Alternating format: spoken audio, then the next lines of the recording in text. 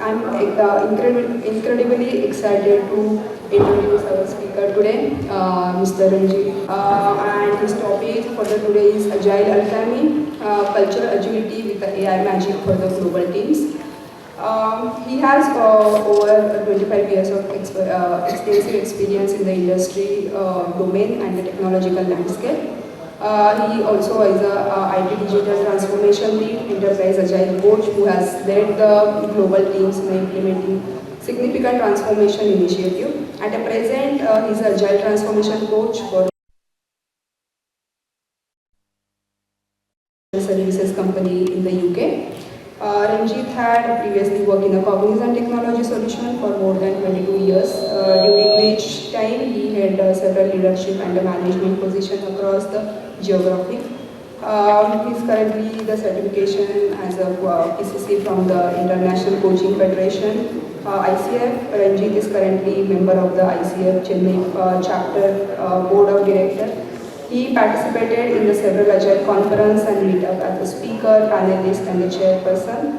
He also an ardent learner with many Agile certification, including the SAFe, SPC, RTE, and APM. With that, I'd like to call you on the stage, sir. Welcome, and over to you. Thank you. Thank you, everyone. Welcome. Am I audible? Yep. Yes. How are you all? Yes. Good? Yes. So let me start with this. How are you? What is it? What does it mean to you? How are you feeling now? Sorry? How are you feeling now? How are you feeling? How is your health? How is your health? Others? Are you okay? What's the experience? What's the experience that you're feeling at the moment? Okay.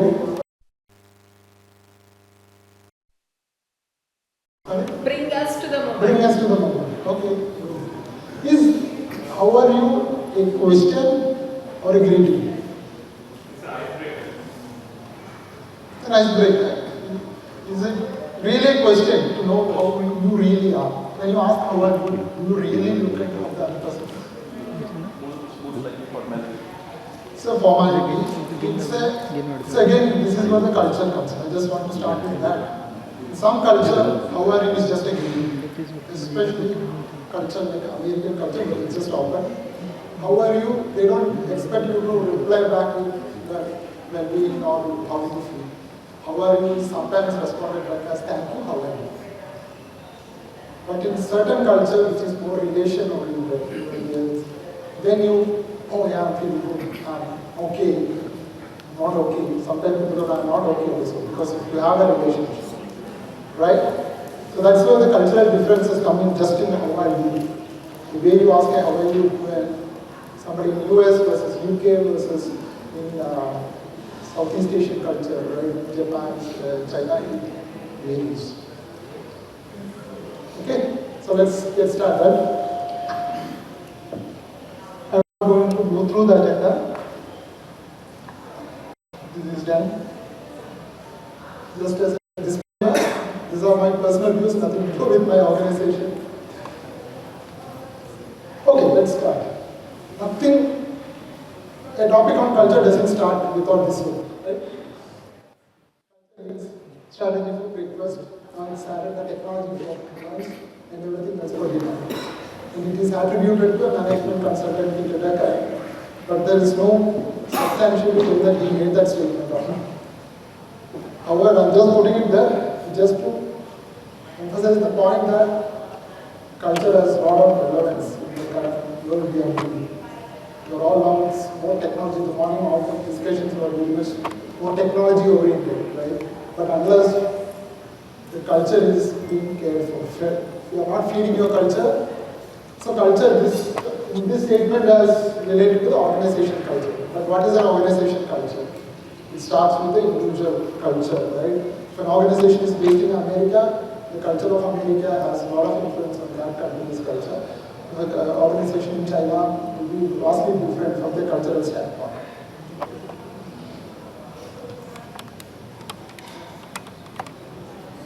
Okay, is okay to you? You say okay. Although I think it's It's well. all right. All is well. Sometimes fairly accepted. Okay? Fairly accepted sometimes. Yeah. Depends upon the context. Acknowledgement, that's good, right? Now how do you say okay? Like how do you convey okay? Sign language,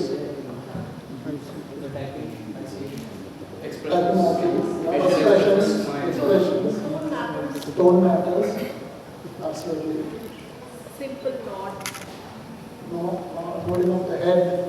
Again, that's also cultural, right? Within India, if you look at it, how okay is conveyed. So, from South, I come from South, so I know, right? You know the heads and you get confused whether you are saying yes or no, right? That is an Indian thing. That's the Indian thing, right? But then just see the difference within the Indian context itself. How a small okay varies from north to south, east to west. Right? Sometimes you find, are you saying yes or no? Are you like okay or not okay? Right? So just to set the context, right? That's what I'm just to say. Small okay has a lot of variance. If you do not catch that okay properly, it could lead into a different direction. Right?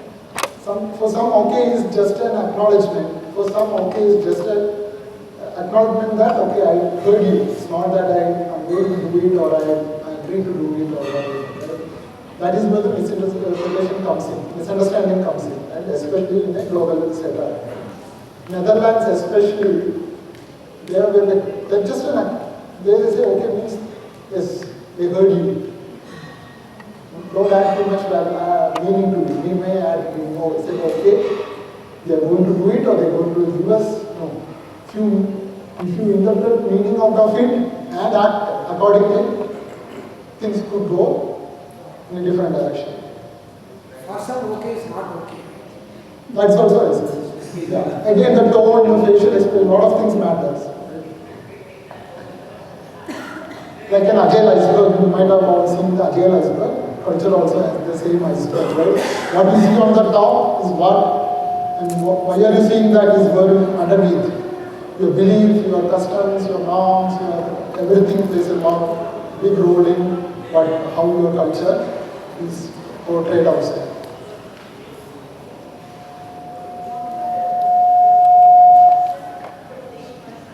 So I just pick one or two questions here, just to see what's the variance within this audience. Okay.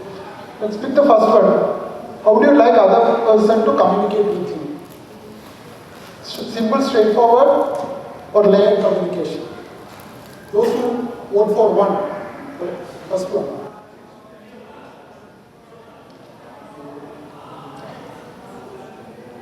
And two, trust I believe is two, right? Layered communication.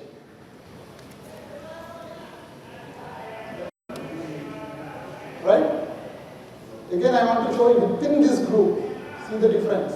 You want to communicate with each other, right? Some prefer direct communication, some prefer layered communication. And all those, you might look back, you can see it, your cultural background may have an influence on why you are choosing this one. Right? Why do you prefer direct communication over a layered communication? How do you react to disagreement? Third one. The first one again depends on the knowledge of the topic, right? Absolutely. Knowledge of the If you have topic. the knowledge, then you want to come to the topic. Right? If you don't have the knowledge, then you try to do the dialogue. Yeah, and again, some people, even though they don't have a knowledge, they still open up and ask directly. Right? But others tend to, again, they look at how your culture be. Your cultural upbringing also will have a role in that. How do you react for disagreement? Confront directly or hesitate to disagree? When you have a disagreement with somebody, you hesitate. Option one, how many would go for confront directly? I could count it as 5, 6 maximum. Like this situation, who we are talking to, Yeah, but in a professional setup, you are interacting with your client, who you have been working with, but there's something you want to disagree directly. Would you prefer directly confronting or you hesitate or try to beat around the bush. I could see 5 to 6 or 7 hands for confrontation. Rest all would like to, do not prefer or are not comfortable confronting directly. But there are certain cultures before which all the hands would have gone up for you. Especially with my experience with this continental Europe, the Central European culture. Right? It was a cultural shock for me as well when I went there working with them. In a room you will see customer and my team, both are like all French people. I was working for a French. They will fight, like I will feel uncomfortable because my culture is not comfortable confronting directly, and they confronting directly makes me feel uncomfortable in that room. What do I do, right? I can't speak. And at some point what they'll do is they'll shift because I'm only non-French speaking in the room, they'll say, can we move into our like French for some time? So that makes them comfortable to confront easily. And they do that actually. They are comfortable because they will ask actually, for 5 minutes we want to speak in French. And after the outside the room, they will behave as if nothing has happened. Right? I will carry this for 2 days. And how do I deal with it, right? But for them, nothing has happened. They go for the coffee and tea and they are heavy coffee drinkers, right? So they need coffee after every 2 hours, 1 hour, right? So, and it was very difficult for me to adapt. Right? How is it, right? How can you confront somebody so... And it's not confront, I will feel that they will hit each other. So at some point it will go to that level, the way they are. And at one point I had to escalate about one of the client manager because it was difficult to deal with him, even for French people. He was so confident, we will come for everything. But that was one-off person, but overall, that is what I've experienced actually. And it was a great experience. This is how culture plays an important role actually, in that context actually. Because when we look from India, we try to understand others' responses using our cultural lens rather than their cultural lens. In this example, I was feeling uncomfortable because I was looking their response through my cultural upbringing, which is Indian. Right? When I started to look it from their point of view, that is right for them. That is how they are culturally. Yes. So in India, it even depends on the confrontation, depends on the kind of person you're speaking or the designation. What I've seen is people, when you have somebody very senior, people won't confront. But if you have somebody in the team member, they might, it can be just the opposite. So even the opinions vary. It is there, but overall in this context which I was giving, right, even the designation, if it is a CEO sitting, probably they may not have opened their mouth. But here, I was part of Cognizant and I had a team with French people, and we were talking to customer in their location, and we were fighting it out. Truth and dare, actually, my people, and from my team members were, because for them it was right, that is the way to deal with it. Right? I mean, it was like, we were working for it's a long running program, we had 2 years of relationship, so understanding is there. But when it comes to such situation, they were ready to do it.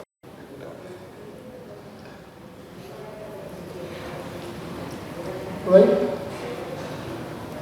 So, the global team, right? The world we are living and working, it's more everything. I don't think there is no program that runs really locally, right? We will have a cultural aspect to it. It's a global aspect to it. Yeah. 2 years back, I was working in a program that is right after the COVID, and still going on the great resignation going on, so getting people were difficult. So I had one Agile team in Agile release training, 10-member team spread across 9 different locations in India. Starting from Kochi, I had 1 person in Kochi, 1 person in Coimbatore, 1 person in Chennai, 2 people in 1 or 2 in Bangalore, Hyderabad, Pune, we did have somebody in Mumbai, Gurgaon, Noida, and Kolkata. 1 team, just 1 team, 10 people. Across India. How do we work with them, right? But that was the situation. We didn't have a choice actually. This is where we are getting people, we have to execute the resources. Right? So all of them will bring different flavors of culture to the team. And that becomes the team culture. Right? Somebody is from Kolkata and somebody is from Kerala, right? And then all over India. Right, it's like a potluck, right? Everybody bringing their own different flavors of food, different flavors of their culture aspect, their way of disagreement, their way of persuasion, their way of leadership, their way of decision making, right? And when you start to look it from your cultural lens, it will not align. That is where this cultural agility or cultural intelligence is required, right? How to interpret others, decode others' culture. And AI can play a very big role here, right? It can expedite your journey in this agility, right? Because if you give the right parameters, right context, AI will give you how you can have a balanced communication, right? So if you are having a team, I have a case like demo that I will show you. It's a global setup where you have client stakeholders from all the way from US to Brazil to China.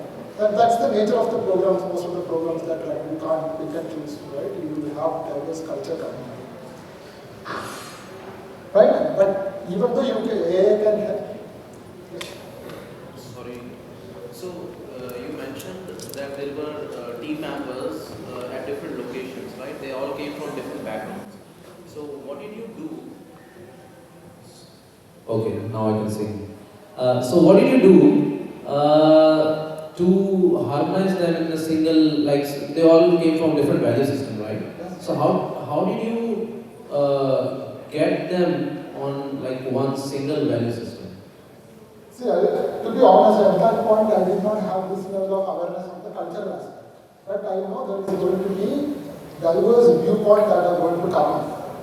Right? So it's not going to be like, okay, it's my way or highway, that model, right? So we have to bring everybody in.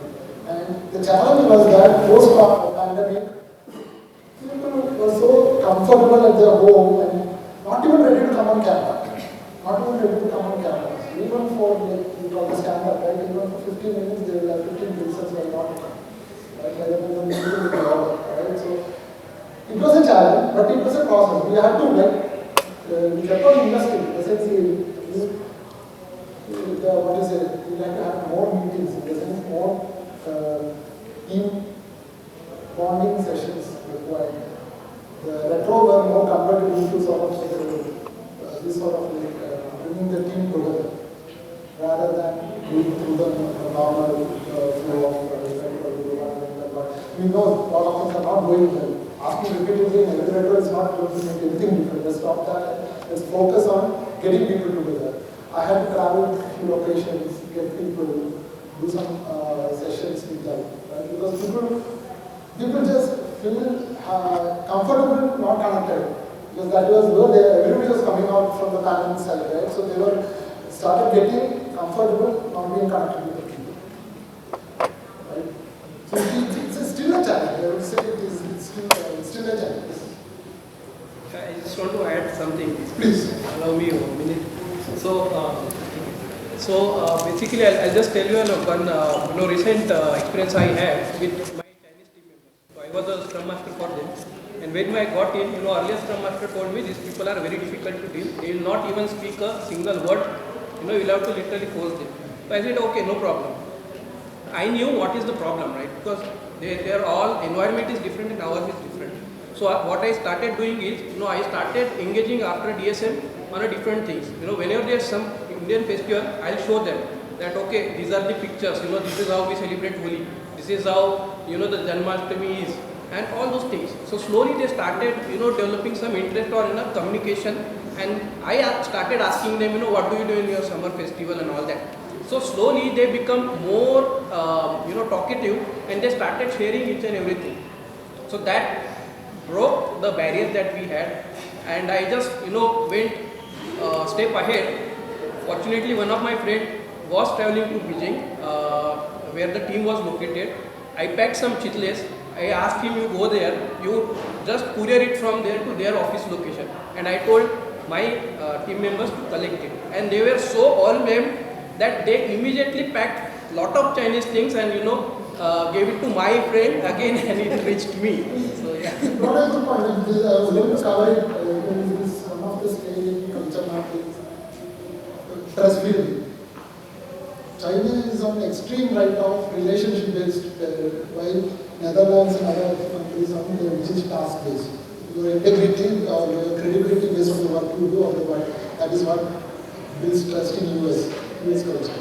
But for China, Japan, especially China is extreme right of relationship based. So when you have to influence stakeholders involved, you have to take Chinese people out separately, have one-on-one discussion before you come into the meeting. Otherwise, they will not open their mouth. And they will not agree also. But they will not confront directly, they will just keep quiet.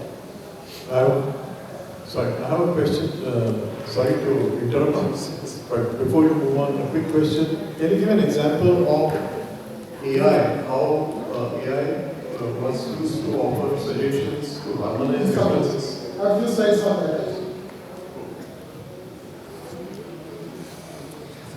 So basically, just to answer your question, right? See, if you see ChatGPT, even if you take the email, right? If you have a situation in work, you have an email exchange going on, take the email and put it in ChatGPT, you can get what is the sentiment of this whole conversation. They will clearly call out what are the usages which is causing, especially if you are, it's a global where you are talking to Chinese or Japanese, especially in those contexts, right? Even to India, right?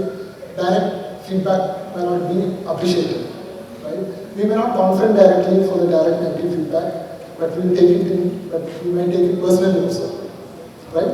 That's how we sometimes take them. But there are certain where the negative feedback is taken directly as if it is just a statement. But at the end of the day, AI can help you expedite this journey, but it's the human leadership or human mind that plays a role in making the right choice, making the right decision for the balanced communication. But just a question. It all speaks about the cultural diversity perspective. But how about the generational diversity? Sorry? How about the generational diversity? That's a different dimension to this. Yes. Even within this, so I have, it's not gender diversity, but I'm showing within India itself, you look at the communication how diverse it is. Right, from north to south, it's a different, right? So gender also is the same. Even when you take one culture, It's not about the gender, it's the generational. oh sorry, not gender, I meant generation, yeah, I got it actually. Because I'm the team of NT, and again, like how my value system or my grown up might be different from the people who are growing today, who are very much. They don't hesitate to share their opinions, they don't hesitate to say that, okay, that's fine, it's your responsibility to keep a realistic deadline. Though it's say, someone's commitment doesn't matter to me, my commitment is my priority. That's a generation thing, lot of knots I would say, which is okay, still now it's a cultural language. But how are we dealing with that kind of balance? That's a separate topic in itself. Yes. Within the same culture, you will see the generational diversity from the Gen Alpha to Gen Alpha Beta also is there, I believe, right? From Gen Alpha. So that's that you will all experience while the parenting, right? Right? You know that, right? It's a different, there's a different whole, different dimension in this one. So there is one way to tackle it, which is one way, not the only way, and that is by creating working agreements.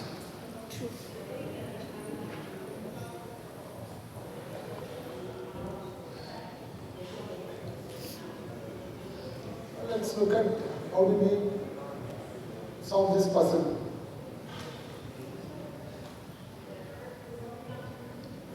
So I'm going to talk about this book, Culture Map by Eric Mayer. I don't know if, has anybody read this book? You are ready. Anyone else? Okay. So Eric Mayer says, unless we decode the other culture and avoid easy to fall into culture traps, we are easy prey to misunderstanding. And all of that comes after that. It's a very good read. Okay.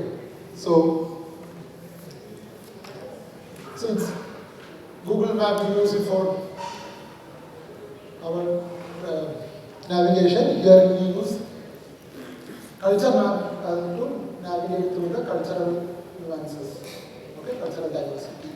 So there are 8 scales. This book talks about 8 scales or 8 dimensions on which and how you can navigate through each of these dimensions. You don't need to have everything in one place, but it starts with communication. One is the communication, high context to low context communication.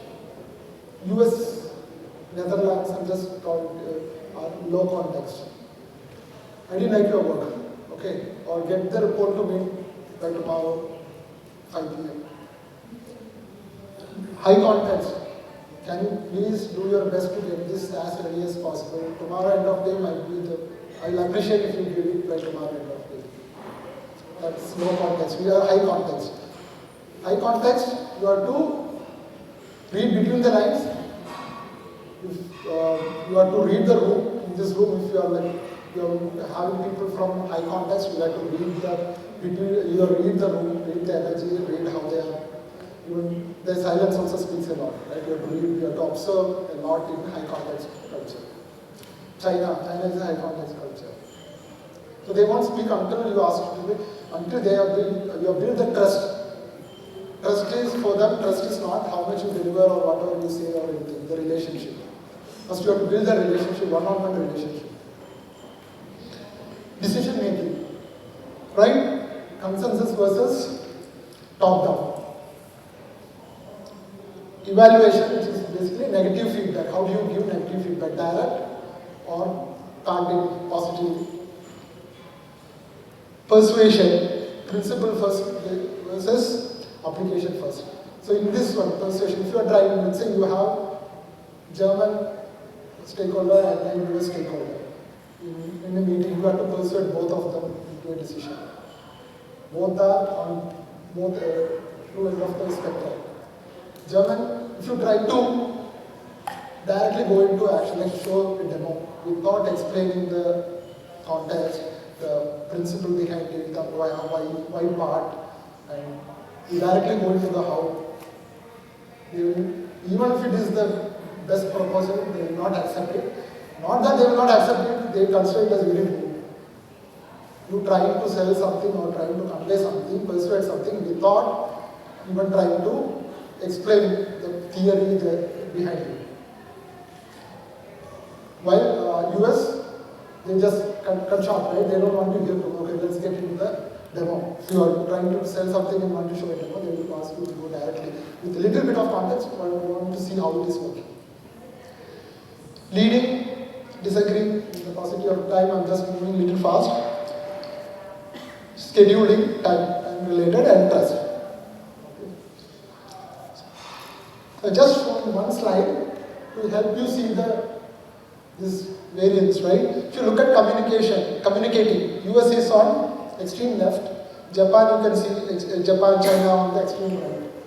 But when it comes to evaluating, which is negative feedback, US is towards the right. Towards the right in the sense they tend to give the negative feedback, but they're not very direct. But Netherlands, you can see both are very direct. They are low context as well as the feedback is also very direct. Disagreement. So Netherlands, you can see it's almost on the left side of the spectrum, but US, UK, it's between left and right.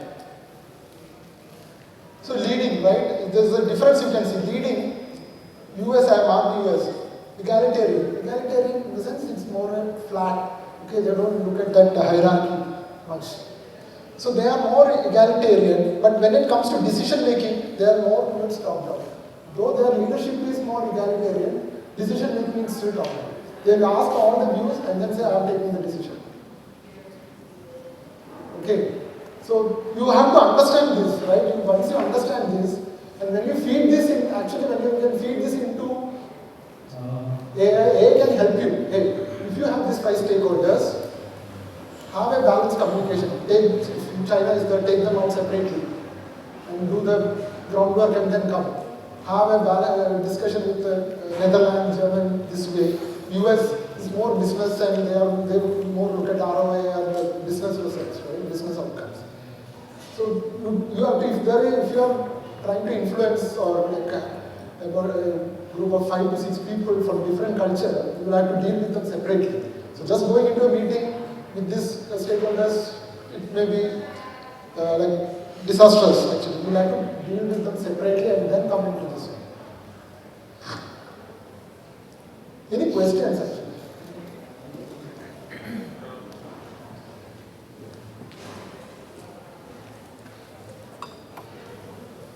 So first of all, the previous slide was really good. That gives a perspective, right? How to see things. The challenge that I see is that culture is not one thing, right? You work in a European company where the principles and policies are as per Europe, and then you work in a team with multicultural. Your boss changes. Someone who is Russian versus someone who is UK. And I think that microculture is what the challenge becomes, right? Because you are getting adapted to a specific way of working. Yes. And suddenly your boss changes. Because I think leaders' culture is a very big deal because everyone follows the leader. Leader likes certain things certain way. Because data oriented, people will have to produce things data. If leader is more on visionary, then people have to talk more into visionary terms. So how do you balance that? Because just understanding one or two culture is not always necessary. So it's a mix actually. But that leader's culture will have an influence from the part of the world they are coming from. If it's a Russian, they are not going to be egalitarian in the leadership, in the leading. They are not going to be, no matter what. Even if they are working in USA for a US company, their culture, their style, but over a period they might get adapted to little bit of balanced way of working. But they still at the core they will be still hierarchical. Right? They cannot change. Or they rather will not change actually, because that's how they are ability. They will adapt accordingly to the situation. So again, there is no one way for this one, right? It is situation by situation, leader to leader. But overall, when you say if it's a company in UK, you know how overall the company will be, company's culture will be. And the leaders, when the leaders change, they tend to adapt to the, like even from somebody from UK or US moving to UK, they will still carry the US culture, but they sort of try to work within the culture of the company, which is UK based. Yeah, agreement. I think it's constant. See, this is only helping you to get more prepared when you are going into a discussion with these cultures, right? You know, okay, which is China, which is Japan, which is US, Netherlands, Germany, France. You get and you get prepared better. See, how to build trust, right? So some cultures are task-based, which you deliver good value, like especially US, you will build the trust. You don't need to have that one-on-one relationship. You can easily build the trust. But when with China underlined here, especially the Southeast Asian countries, right? Even Brazil also, right? Russia, their relationship. You have to first invest in building that relationship. You might have to take them out, everything, and then eventually get into the business part of it. Another aspect maybe if you can cover or maybe later, like as an organization expert, right? I think diversity is good first of all because it brings diverse perspective. It helps us to see things from different. Exactly. But too much diversity can be a challenge. So how do you kind of consult your leaders how they should build their team? How many time zones? How do you, like when you create a team, right? What is the balance, right? That you probably bring in only maybe 2 times or not more than that. How do you? I think that's very interesting. That's an interesting topic to. But certain situation you won't have a choice. Like as I mentioned, in post-pandemic time, after we were going through great resignation, you have to pick wherever people were at that time, right? So and that actually started to create that culture of having diverse teams. Right, and now it's trying to, now there are some teams that I worked with, I can see them trying to again consolidate, right, as much as possible. Now let me add the AI flavor to it. I know just running short of time. Yes. Yeah, so one question for that, and that was a very really great comprehensive slide I can see. categories of all the countries and based on their culture. So my question is, we now understand looking at the slide and categorizing it, but there are practical conditions where we cannot avoid. Say one person is on the left and one person in the right, and we have to do practically we have to meet them in one meeting. Now, how AI can help here? I'll show you. Okay. That's for AI. So you give all the context, right? You can create your stakeholders profile. Okay, this person is from this background. This is their preference. This is their likes, dislikes, based on your understanding. You create a profile. Then I'm just trying to explain, which I was trying to demo it. You can create an empathy map of these stakeholders, feed it to AI, and say, this is my situation. In this situation, this is the empathy of all this empathy map generated for all these stakeholders. Now give me a balanced strategy or culture map for handling this situation. So the situation that I was trying to demo was, like typical in an agile environment, you will have middle of a sprint or middle of a PI, you will have changes coming in, right? And if you are it's in a global product, the stakeholders, the product owners, product management itself will be varied, right? You have stakeholders from US, UK. How do you bring everybody together and make a decision? Some culture, they won't take decision at all. Well, somebody want to move fast, but you are stuck in middle. You have to get the release also completed, right? So how will you do it, right? There you can bring in profile of all these stakeholders, put it into ChatGPT, and say, this is my situation. I'm stuck here. How do you help me? What is a balanced way of doing? So you can strategy. If you have China, stakeholders will take them out separately and try to have one-on-one understanding before you bring them into a discussion. Right? They can help. AI can help with the sentiment analysis. If there is a conflict going on within a team, you take all the emails or chat and put it into chat. You can get the sentiment of the whole communication that's happening.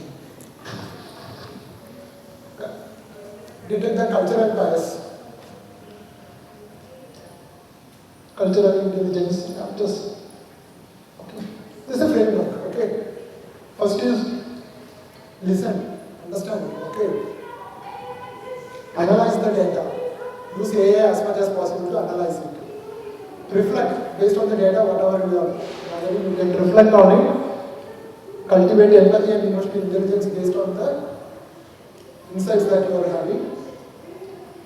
Create a map. This is where you create a map. You can use AI to create a map for you. Optimize this map, right? As and when you progress, you have to optimize the map. Nurture, celebrate or appreciate cultural diversity within the team. Right? Don't try to break it, right? Try to appreciate it, nurture it. And finally, results. One scenario, okay. So German PM wanted to deliver a negative feedback to a counterpart in India. So you can just, client is extremely unhappy, this is not acceptable, unacceptable. Right? These words you can look at it. This is a direct feedback. The Indian, sort of the counterpart in India, they tend to be defensive because they can't take this direct negative feedback. Right? So here, if you use this culture, like understand the cultural diversity, German project manager could have given a balanced message so that the team understands the right spirit, right? Okay, there is a feedback that has come. Here the whole focus would have gone because somebody is complaining, we are doing all the hard work, nobody is listening, etc., etc., etc. It will go from blame game to it's a victim, okay, we are the victim of all the situation, politics, etc. So you can use this harmony framework with AI to decode this. I try to bring in from Indian perspective, right? North India, South India, East and West, right? Extremely, like you can see the context, right? In communication, South is very high, so high context, whereas West is low context. Again, this is called cultural relativity. India itself is high context. Within high context, West is low context compared to South is high context. Okay, so that you have to understand the cultural relativity within the same country. Same like a country like USA, right? So big, right? There is also cultural relativity. Some part of the country will be highly contextual versus other may not be highly contextual. So this is again I did through a text analyzer where you do it, you give the content, it will give you what all things are unacceptable in this culture, right? Or could be avoided or changed in this communication so that you have a balanced communication. So this is full of mistakes, unacceptable. This language probably will not be appreciated. Some culture it will be appreciated. If you give this to another, they will be okay. They are okay giving and receiving. But we are not, when I say being in India, we are not okay to receive or giving it also. We won't say unacceptable. We might say, could have been done better, or we will try to go around it, right? And that's how, right? That's our cultural belief. I know we are short of time. No, the document about it.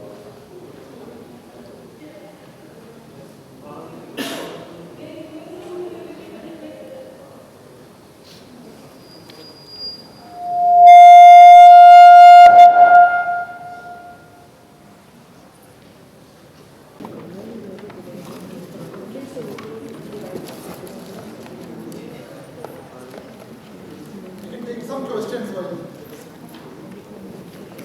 I actually wanted to do a demo.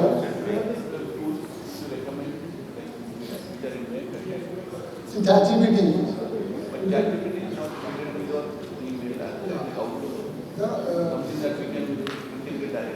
There are free tools are there, or the paid tools also. The paid tools specifically for cultural events you can integrate it as a WhatsApp was one thing which was free.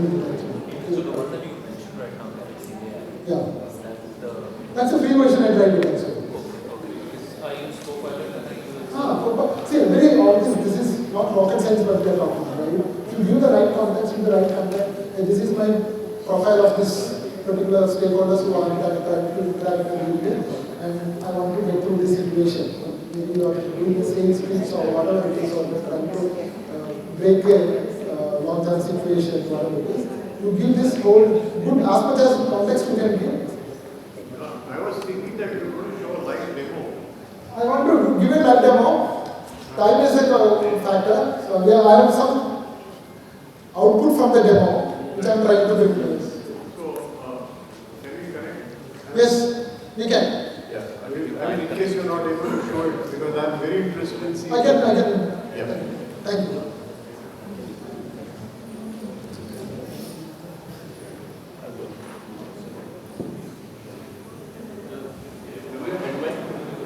Any other questions?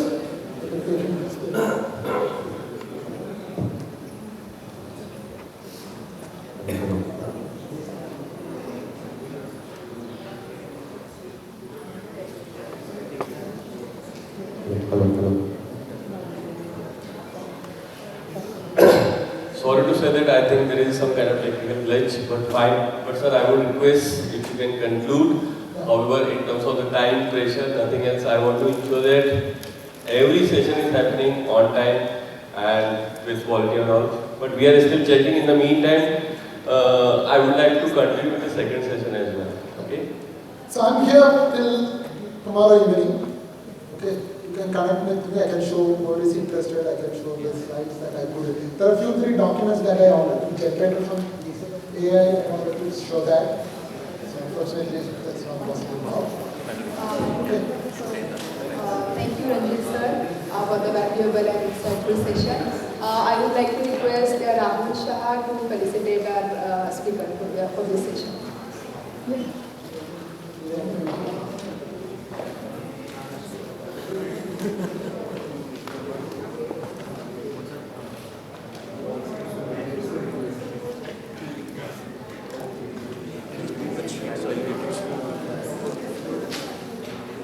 This is the screen you can refer to give the feedback.